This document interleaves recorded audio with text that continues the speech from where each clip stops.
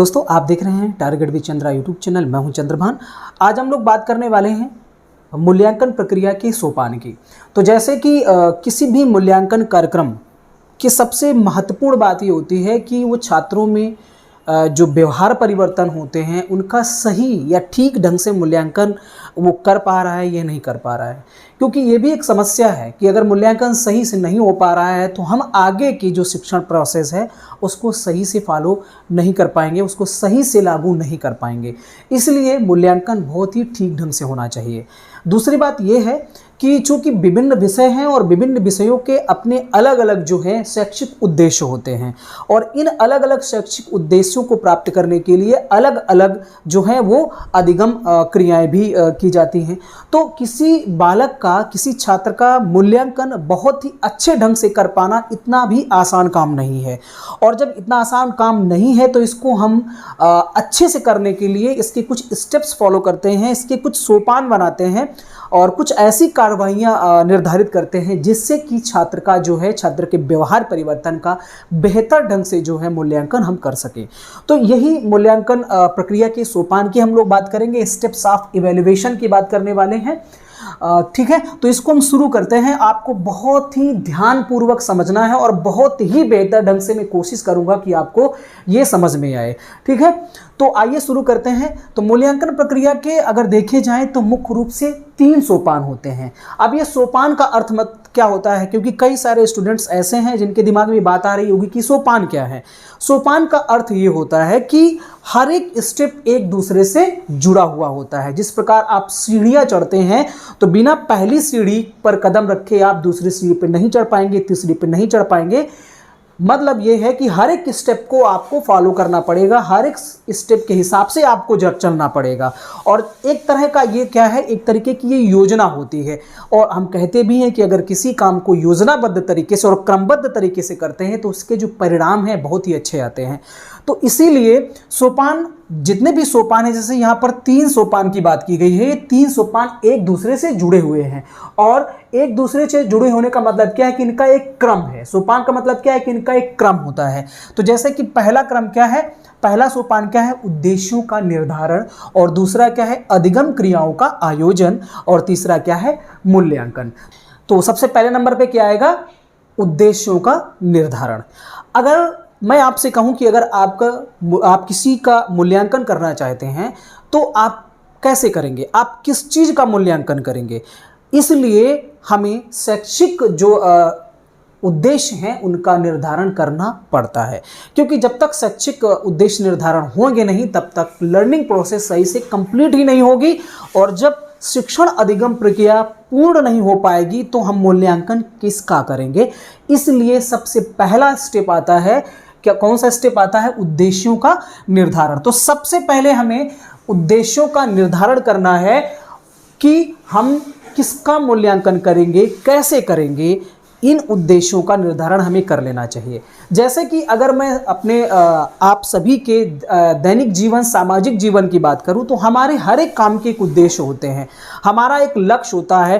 तो उस लक्ष्य जब तक हम निर्धारित नहीं करते हैं तब तक हम एक बिना मंजिल के रास्ते को जा रहे होते हैं। और बहुत सारे लोग ऐसे हैं जो चले जा रहे हैं, लेकिन अगर उनसे सवाल किया जाए कि आप क्यों जा रहे हैं, क्यों चल रहे हैं और कहाँ जा रहे हैं, अगर ये 2 प्रश्न किए जाएं तो ज़्यादातर लोगों का ये आंसर होता है कि सारे लोग जा रहे हैं तो मैं भी जा रहा हूँ।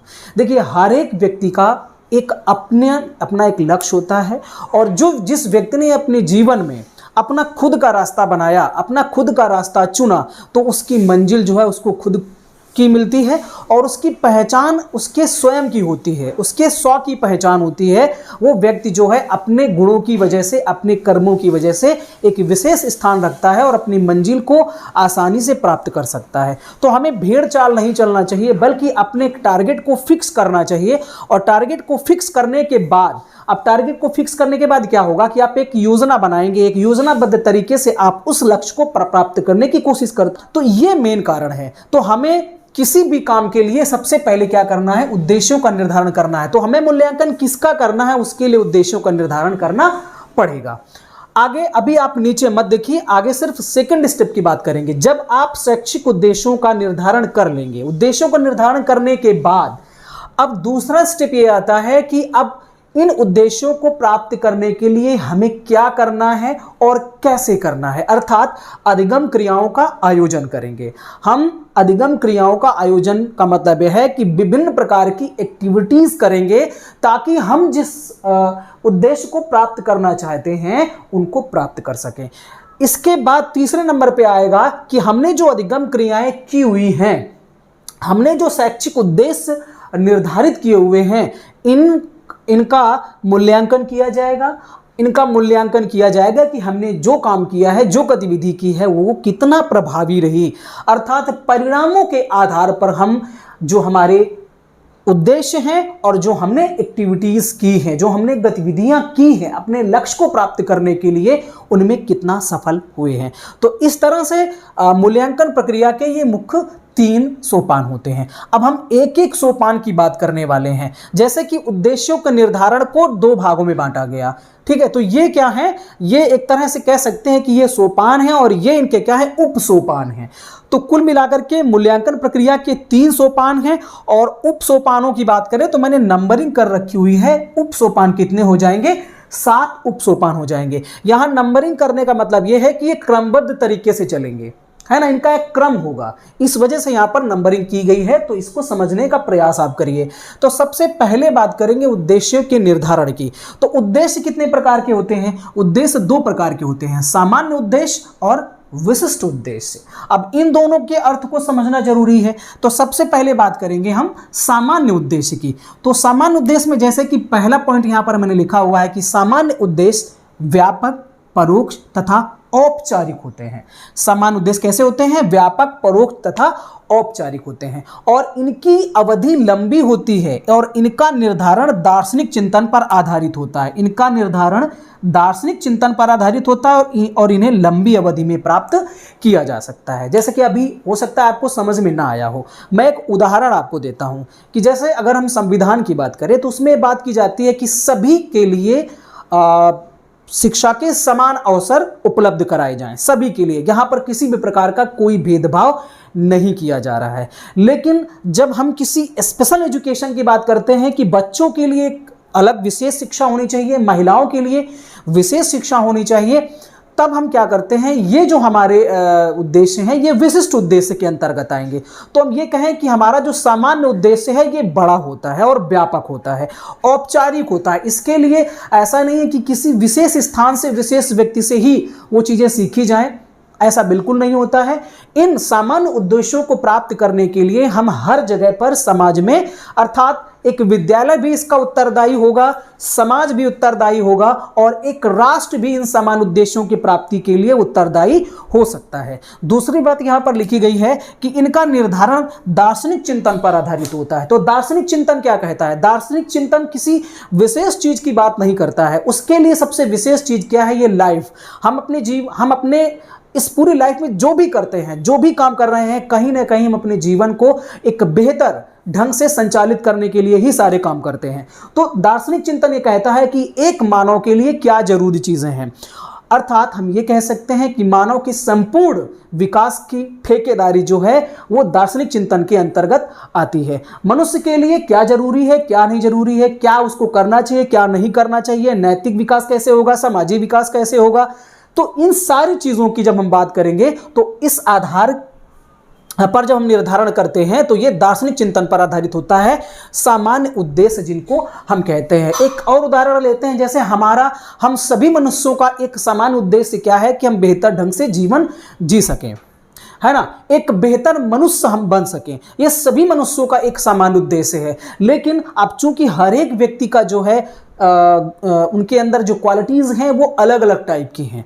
ये प्रकृति की देन है कि हर एक व्यक्ति का स्वभाव, हर एक व्यक्ति के जो जीन्स हैं वो अलग अलग पाए जाते हैं, जिसकी वजह से उसके उसकी सीखने की क्षमताओं पर भी विभिन्नता देखी जाती है। तो हमें हर एक व्यक्ति के लिए अलग अलग कुछ उद्देश्य निर्धारित करने पड़ेंगे, क्योंकि हमें एक बेहतर मनुष्य उसको बनाना है। इसलिए तो व्यक्तियों के अलग अलग विशिष्ट उद्देश्य हो सकते हैं, लेकिन सभी के समान उद्देश्य एक जैसे होते हैं। राइट, आपको शायद समझ में आया होगा।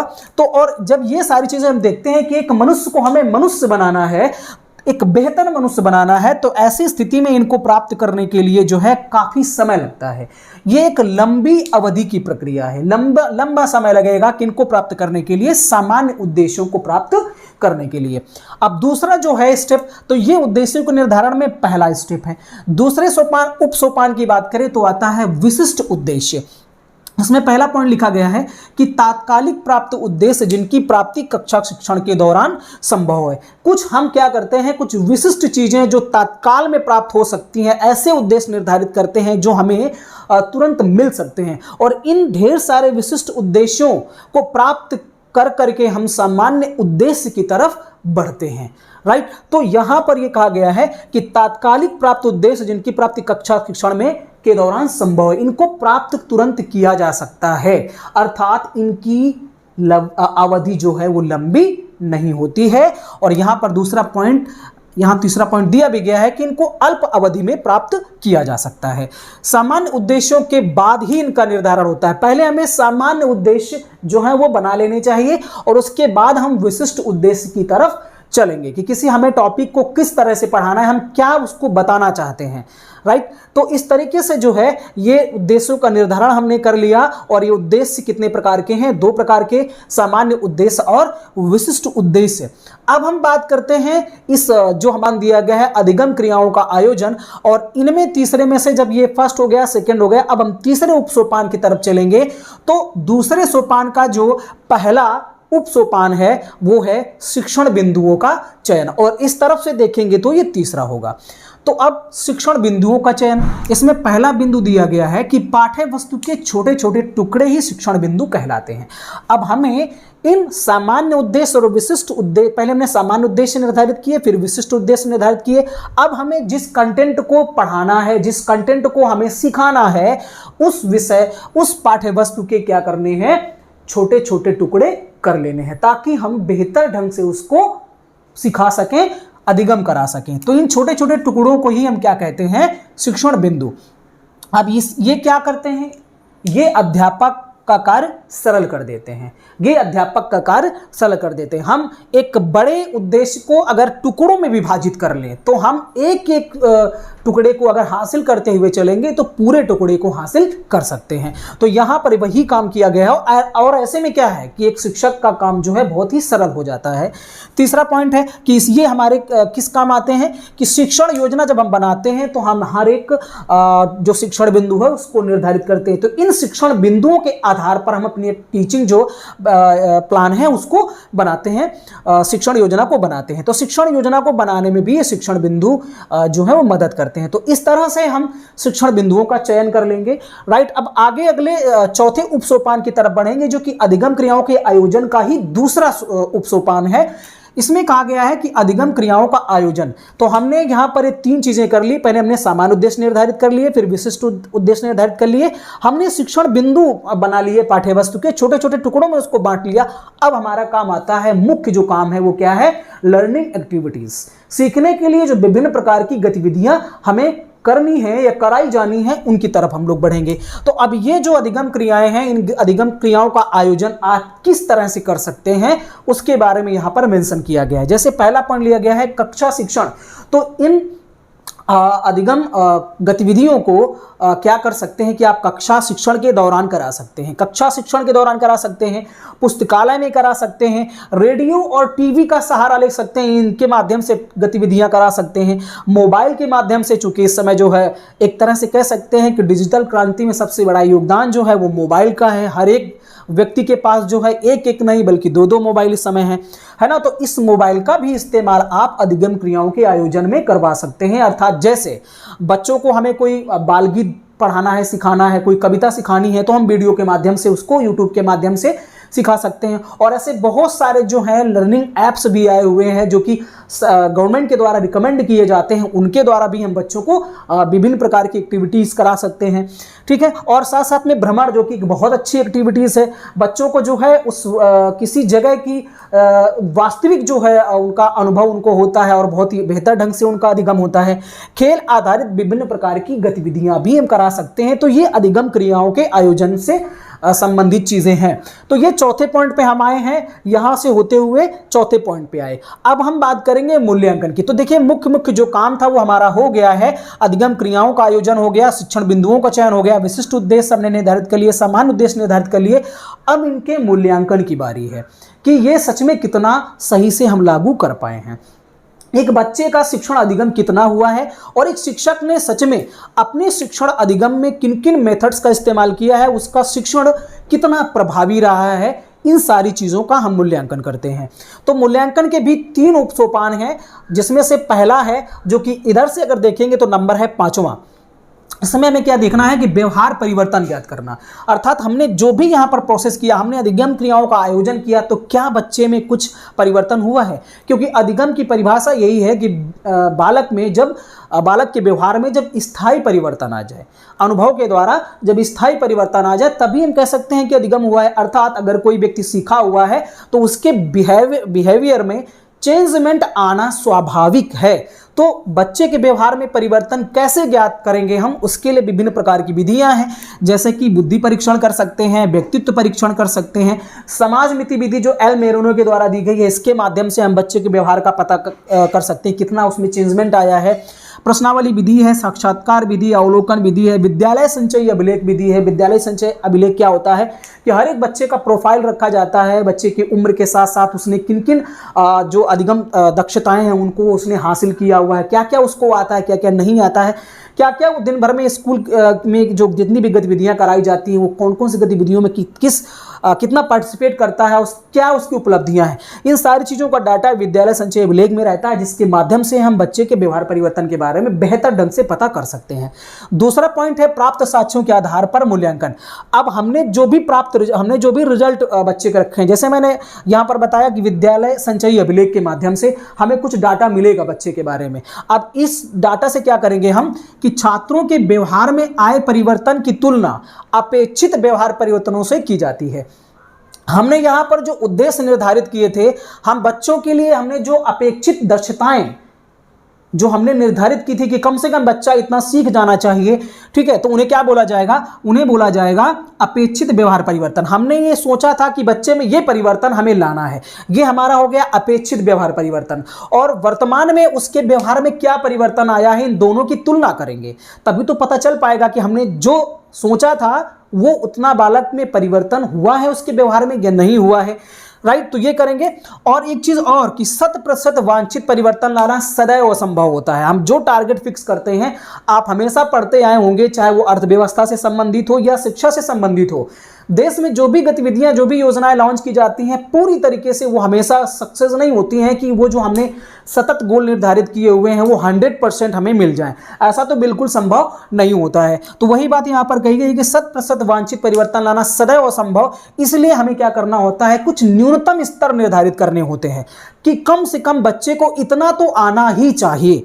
न्यूनतम जो अधिगम स्तर है वो हम निर्धारित करते हैं। जैसे कि पहला न्यूनतम स्तर क्या है, कक्षा न्यूनतम स्तर, कक्षा न्यूनतम स्तर, और दूसरा है छात्र न्यूनतम स्तर। इसको एक उदाहरण के माध्यम से समझते हैं। जैसे एक गणित का अध्यापक है, उसने वृत्त के क्षेत्रफल को अच्छे से पढ़ाया और वो उसने अपने जो है कुछ पहले से ही निर्धारित कर रखे थे। जैसे कि वो चाह रहा था कि कक्षा के 80% बच्चे 90% प्रश्नों को हल कर पाएंगे, वो ऐसा उसने सोच करके प्लान बनाया था। तो अब जो 80% है कि कक्षा के 80% जो बच्चे हैं, तो ये क्या हो गया, ये कक्षा का न्यूनतम स्तर हो गया कि कम से कम 80%, 100% तो हो नहीं सकता है, तो 80% बच्चे इस चीज को जान ले और उनमें से भी छात्र जो हैं 90% जो हैं वो क्वेश्चनों को हल कर पाए। तो हर एक बच्चा जो है कम से कम 90% प्रश्नों को वो हल कर पाए। तो ये क्या हो गया, ये बालक का छात्र न्यूनतम, व्यक्तिगत जो उसका न्यूनतम स्तर है वो हो गया इस तरीके से, ठीक है। तो कक्षा का न्यूनतम स्तर, मतलब पूरी क्लास का एक न्यूनतम स्तर हमने निर्धारित किया कि कम से कम इस क्लास के बच्चे इतना सीखना चाहिए, और प्रत्येक बच्चे का हमने एक न्यूनतम स्तर निर्धारित कर दिया कि कम से कम प्रत्येक बच्चे को इतना तो आना ही चाहिए। इस आधार पर जब हम ये निर्धारित कर लेते हैं तो हमें आसानी हो जाती है कि हम बच्चे का मूल्यांकन सही ढंग से कर पाएं। राइट, आगे बात करेंगे इसी का मूल्यांकन का जो तीसरा उप सोपान है, जिस परिणामों को फीडबैक के रूप में प्रयुक्त करना। परिणामों को फीडबैक के रूप में प्रयुक्त करना। जो परिणाम मिले हैं, देखिए परिणाम अच्छे भी हो सकते हैं, बुरे भी हो सकते हैं, कम भी हो सकते हैं, ज्यादा भी हो सकते हैं। जिस प्रकार से आपने अपने समान उद्देश्य, विशिष्ट उद्देश्य, शिक्षण बिंदुओं का चयन और अधिगम क्रियाओं का आयोजन किया हुआ होता है, उसी आधार पर हमें रिजल्ट मिलेंगे। जैसा काम वैसा फल। तो यहां पर क्या है कि जो हमें परिणाम मिले हैं, और यह मूल्यांकन का अंतिम पद है, याद रखिएगा ये मूल्यांकन का अंतिम पद है। यदि विशिष्ट उद्देश्यों की प्राप्ति नहीं हुई है, क्योंकि हम समान उद्देश्यों की बात नहीं कर सकते यहां पर, क्योंकि समान उद्देश्य जो है बहुत ही लंबी अवधि में प्राप्त होते हैं, लेकिन हमने जो विशिष्ट उद्देश्य निर्धारित किए थे, हमको उन पर काम करना है, वो कितना सीमा तक हमें प्राप्त हुए हैं ये देखना ही तो मूल्यांकन है। तो हम यहाँ क्या देखेंगे कि विशिष्ट उद्देश्यों की प्राप्ति अगर नहीं हुई है तो जो हमें रिजल्ट मिला हुआ है, जो परिणाम हमें मिले हुए हैं, उनके आधार पर हम अपनी पूरी शिक्षण प्रक्रिया में सुधार कर सकते हैं, और पुनः हम फिर वही काम करेंगे कि अपने एक विशिष्ट उद्देश्य निर्धारित करेंगे। समान उद्देश्य तो बदलेंगे नहीं, विशिष्ट उद्देश्य निर्धारित करेंगे, उसके बाद शिक्षण बिंदुओं का उसके आधार पर चयन करेंगे सुधार करते हुए, और फिर हम कुछ नई जो अधिगम क्रियाएं हैं उनको शामिल करेंगे अपने शिक्षण में। क्योंकि पुरानी तो हम कर चुके हैं जिनसे कि हमें रिजल्ट सही से नहीं मिला, तो हम कुछ नए टीचिंग मेथड्स का भी इस्तेमाल करेंगे, नई टेक्निक्स का इस्तेमाल करेंगे, और विभिन्न प्रकार की अच्छी गतिविधियां, जो रोचक गतिविधियां हैं, उनको अपने शिक्षण अधिगम प्रक्रिया में शामिल करेंगे। तो इससे क्या होगा कि हमें हो सकता है कि अच्छा रिजल्ट प्राप्त हो, और क्या है कि उनका मूल्यांकन भी बेहतर ढंग से कर पाए। तो तुम देखिए मूल्यांकन का सबसे बड़ा महत्व क्या है कि हम बच्चे के बारे में बेहतर ढंग से जान पाएंगे, और जब हम जैसा जान पाएंगे रिजल्ट के आधार पर, उसी अनुसार हम दोबारा जो है अपनी शिक्षण योजना को बना सकते हैं। तो इस तरह से जो ये है मूल्यांकन प्रक्रिया के सोपान को हम लोगों ने यहाँ पर पढ़ा। साथ साथ में बहुत ही शॉर्टकट मेथड में यहाँ पर मैंने एक चक्र बनाया हुआ है, गोला। देखिए एक ये तीर का निशान है जो कि शिक्षण उद्देश्यों को दिखा रहा है। ईपी का मतलब है इवैल्यूएशन प्रोसेस, राइट। और यहाँ पर दूसरा पॉइंट है अधिगम क्रियाएं और फिर व्यवहार परिवर्तन। तो सबसे पहले शिक्षण उद्देश्य आएंगे, फिर अधिगम क्रियाएं होंगी, और फिर व्यवहार परिवर्तन देखा जाएगा। तो ये सारी चीजें, तीनों चीजें जो है किसमें शामिल होती हैं, ये मूल्यांकन प्रक्रिया के सोपान में शामिल होती हैं। ये तीन चीजें, शिक्षण उद्देश्य, अधिगम क्रियाएं और व्यवहार परिवर्तन। तो इस तरह से हमने मूल्यांकन प्रक्रिया के सोपान को समझा है, और बेहतर ढंग से मैंने कोशिश की है कि आपको समझ में आए। इसके बावजूद भी अगर आपको समझ में नहीं आया है तो प्लीज़ कमेंट जरूर करना, उस कमेंट्स का मैं बहुत ही बेहतर उत्तर देने की भरपूर कोशिश करूंगा। वीडियो देखने के लिए आपका बहुत बहुत धन्यवाद। मिलते हैं फिर नेक्स्ट वीडियो में।